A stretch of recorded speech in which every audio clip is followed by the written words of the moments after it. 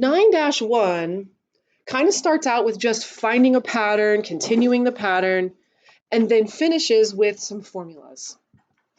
You do need to show your work on these, but there will be more than one way to do them. So we're going to start with some vocab. We're going to talk about how to use the calculator. You can feel free to use some shortcuts too, but the directions will be very, very specific when you have to show me your work. All right, letter A says generating a sequence using an explicit formula. So first off, what is a sequence in math? Sequence is just a list of numbers in some kind of order. Each number in that sequence is defined as a term. So if I'm asking you, what's the third term of the sequence, you're just looking for the third number in the list. Now, the terms can be represented or listed by using the letter A. I'm not really sure why they use A, but there's subscripts as well. So like A sub 1, A sub 2, A sub 3, A sub 4. Those are referencing the first, second, third, and fourth terms. The subscripts represent placement. It's not a power. It's not like a value numerically. It's just like a note. A sub 3 means the third number in the list. So A sub 1 is always the first term, which means A sub 2 would be the second. Right? So you could continue that forever by using the letter N and saying the nth term is denoted by A sub N. Usually what you're doing is finding A sub N. Find A sub something that they're going to tell you, and N is what you're trying to figure out. An explicit formula is super helpful. I can spell. What that does is it describes finding the nth term by using the letter N and allows you to jump to whatever term you want. Like in one of those word problems about a baseball stadium that has however many rows and you're trying to figure out how many seats are on the 100 row or something. You don't have to know all of them from 1 to 99 to get to 100. You can jump to the 100. All right, so just to make sure we understand how these will be written, okay, as an example, go ahead and label this as like first, second, third, fourth. Let's say the first term was 2 and the second was 4, the third was 6, and then 8, and then 10. A lot of times what you'll see in a list is they're separated by commas, and then there's a dot, dot, dot at the end. Does anybody know what that's called? Yeah, but what's that thing called? This is as a symbol is called something. An ellipsis. Ellipsis, and it means etc. or continue on forever. And so what you could do then is have a whole bunch in the middle and then get to the nth term, whichever one you're trying to find. So this would be like A sub 1, A sub 2, A sub 3, 4, and 5, etc. until we get to whatever you're looking for, which is A sub n. Now, some people are really good at generating a formula just by looking at the list of numbers. Can anyone give me a formula that works for this situation, starting at 2 and then growing 2, 4, 6, 8? Ashlyn. She said n times 2. 2n. Perfect. 2n. Whichever term you're at, multiply it by 2. If I'm at the 5th term, 5 times 2 is the 10. If I'm at the 20th term, what would that number be? 40. 40, right. And other people are looking at you with like you have 6 heads. They're like, how did you get that formula from that list? So you may find that you're in one of those two categories, like I'm really good at just knowing it and doing it, and others are like, please help me generate a formula. Like I'm not good at that and just in my head. So we'll talk about both things. All right, these are easy. A sequence has an explicit formula of, and they give you what it is, asking for the first 10 terms of the sequence. So what I want you to do is show some work on the first few, and then you probably would find a pattern. The first term is A sub 1, and you plug in 1 for n. What's that? Okay, then you would do A sub 2, which means plug in 2 for n. All right, that's 6 minus 2 is 4. Good. A sub 3. Let's have this one be the last one we do the long way. That's not a, that's a 3. Was this a 7? Okay, so do we see the pattern? So I can do a sub 4 by continuing the pattern and not having to show all of my work. Right? Because I just sort of recognized it. But I could still use my labels, like a sub 4 is 10, a sub 5, what comes after 10? Okay, and then a sub 6, and then a sub 7. So we're just continuing.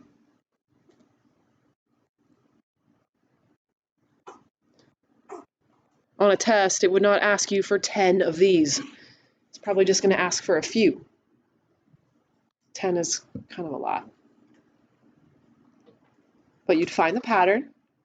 You'd maybe use a little mental math. Maybe use your calculator to get some if the numbers are growing really big, right? First 10 terms. The next one doesn't ask for the first 12. It says, just give me the term a sub 12. And here's the formula we're using.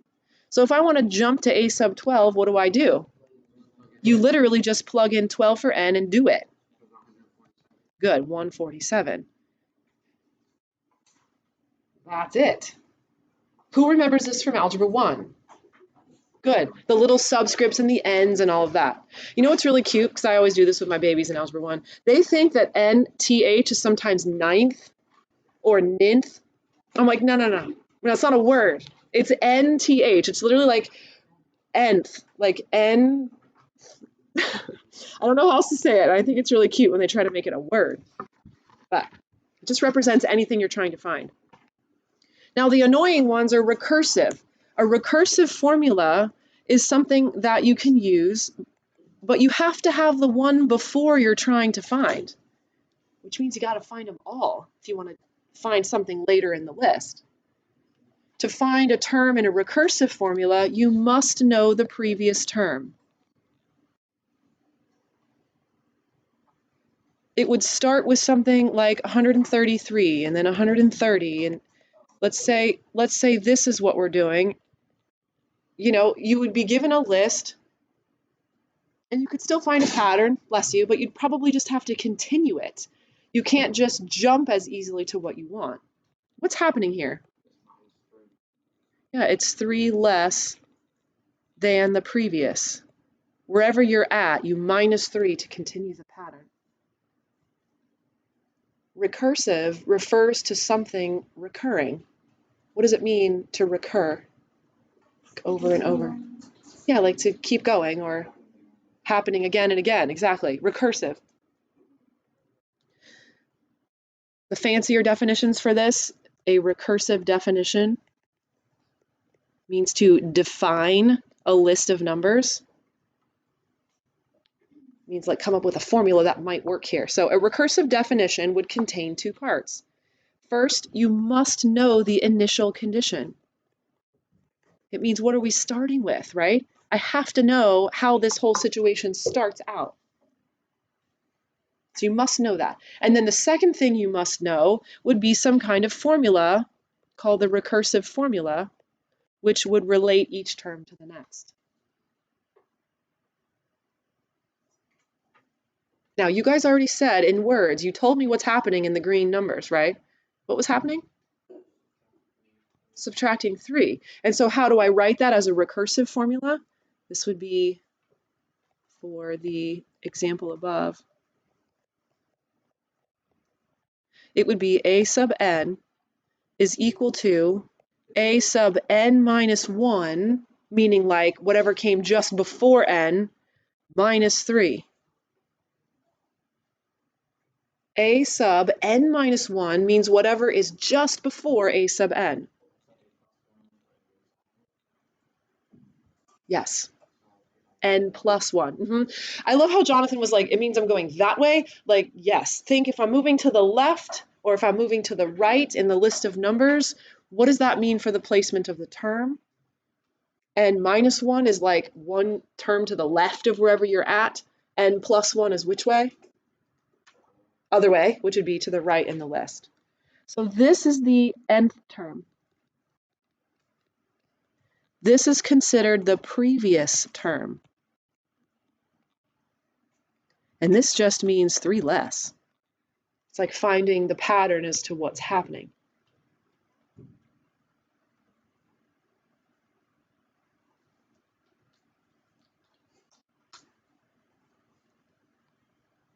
All right, can someone read number 1 out loud? Jonathan, go ahead.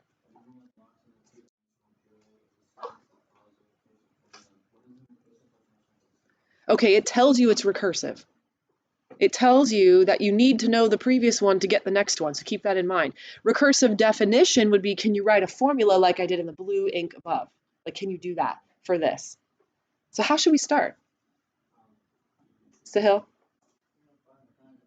And so I mean, you've got to find a pattern. So I'm counting, right? How many blocks are in the first thing? Okay, how about the next one? And then, oh,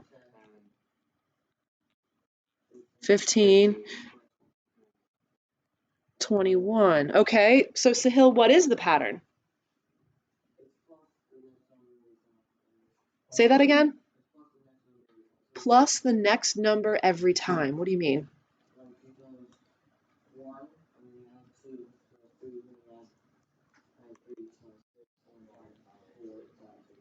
Yes, exactly. Whichever one you're at, add the like placement of it, like add the term placement. 1 plus 2 is the 3. This was 2 more. 3 more. 4 more.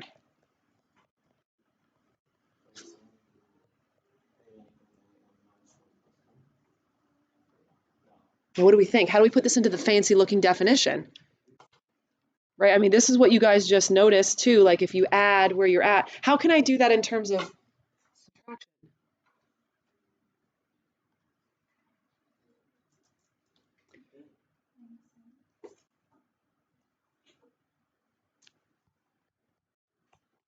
This is what I was writing. Like if I'm at a sub 2, take away 3, this one, take away this one.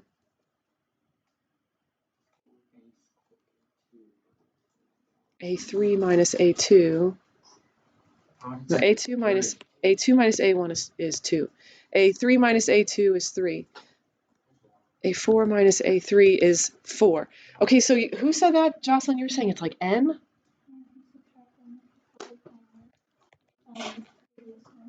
If you subtract N, you could find the previous one. This is what the answer key says. This is how it's like written into a formula. In terms of recursive formula, you got to use the N minus 1 in your answer if it's got to be recursive. Yes.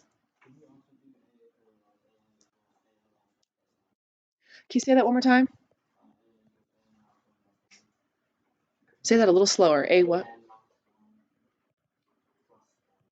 Does that work?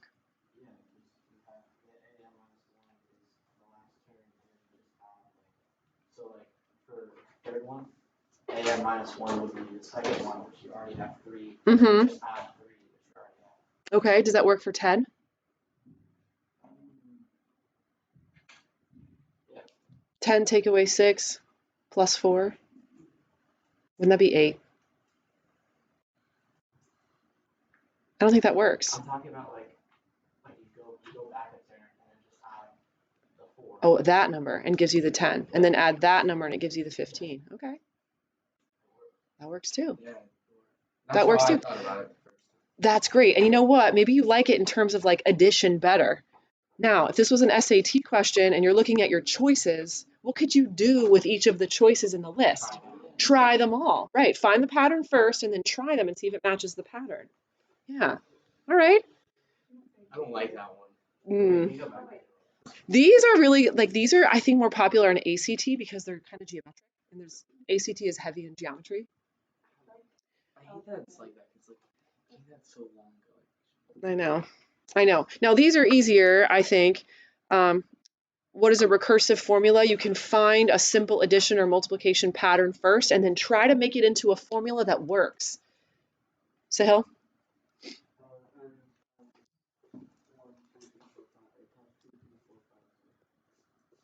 So like 1 times 2, 2 times 3. Let me write that neater.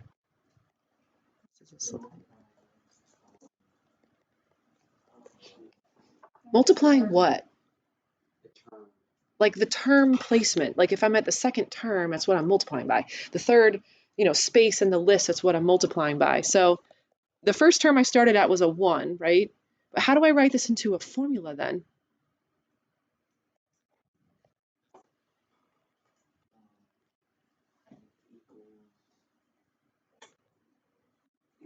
N times.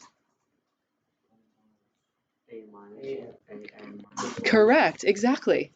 It's N, which is wherever you're at, times the previous one. Times the previous one. You could always, listen, you could do a little trial and error. If you were like, I have to create this formula and I'm really not sure what I'm doing.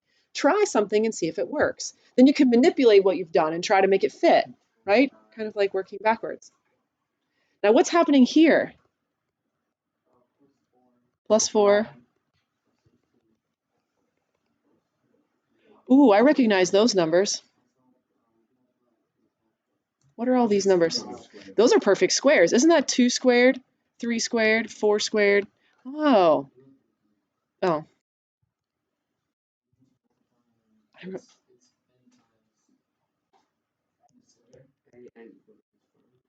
But you're adding the perfect squares.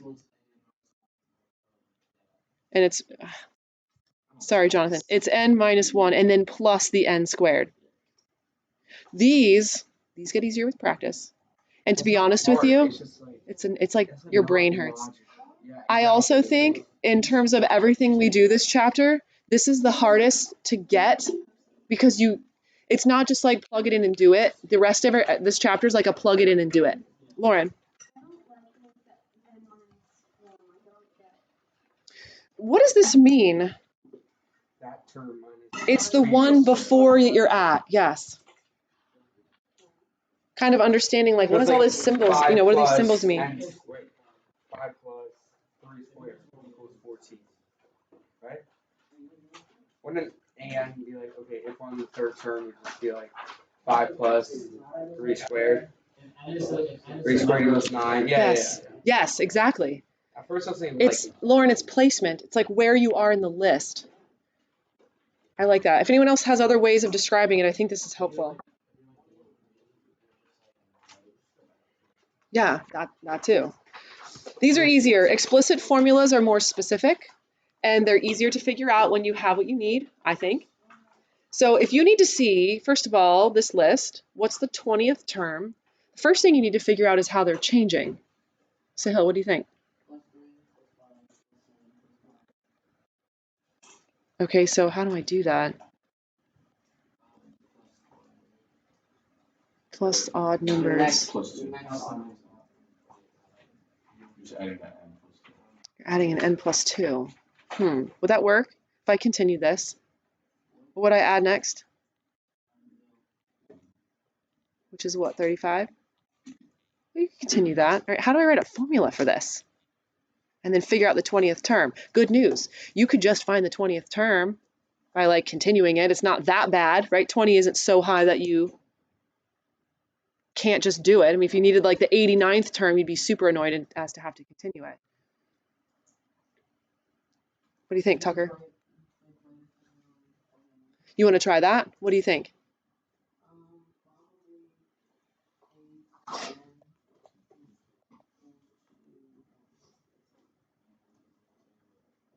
You're just adding then a n minus 1 plus 2.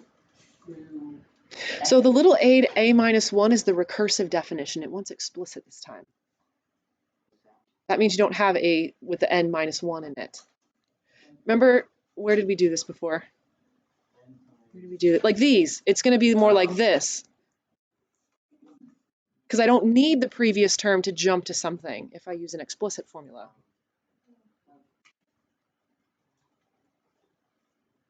What do you guys think? Anyone else think they have something that works? Is it? You want to try 3n plus 2? He's just trying it. Does that work? Like if I want to do the 1, 2, 3, that doesn't work. 0 is the first term. N plus 2? But the first term, this is a 0. Let It doesn't work. Guys, we have to include some kind of subtraction if we want to plug something in and get back down to 0. See how the logic is like, I'm going through a logical process of trying some stuff and then realizing what I need. Plus 3 minus 1.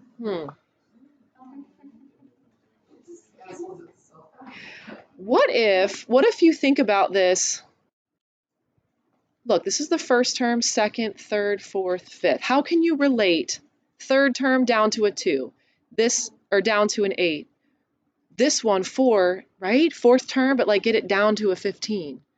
Because you know you have to have subtraction if you're down to a 0. It's okay. It's just a little bit of trial and error. I'm trying to guide you in the direction to like try some stuff. Just find the 20th term, just keep plussing. Just do that. That's what I would do if it was like an SAT question. Just keep adding. Here's the answer from the answer key. It's really the term that you're at squared minus 1. Would you? No? No. Like 1 squared minus 1. 2 squared is 4 minus 1. 3 squared is 9 minus 1. So stage 99 4 is squared. the 20th It term. is. It is. Exactly. And it's funny because Ashlyn's like, how the heck am I supposed to find that? Like if I'm sitting in a test staring at it. I know. Exactly. You got to remember it's the first time you're seeing it and you just need a little practice. You also are put on the spot. If I'm calling on you or like asking you a question, you're like put on the spot. Okay, explicit is more efficient because explicit jumps to a term you want.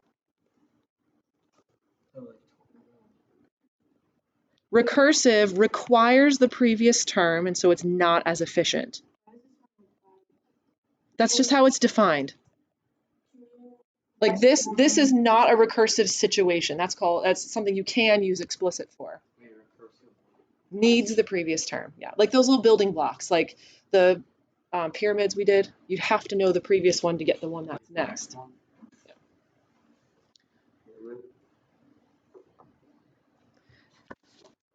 We're going to save the rest. The homework is easier than this, I think. I think it also gets easier as you practice. We have 25 minutes. So use your time wisely. Try to get done, the 14 that you have enough information for, and then I'm going to call you to over your test. And if you want to work on something for another class, when you're done with that, you're welcome to do so. It makes sense. It's just like, it's not hard. It's just like, it's also weird. It's logical. And it's like,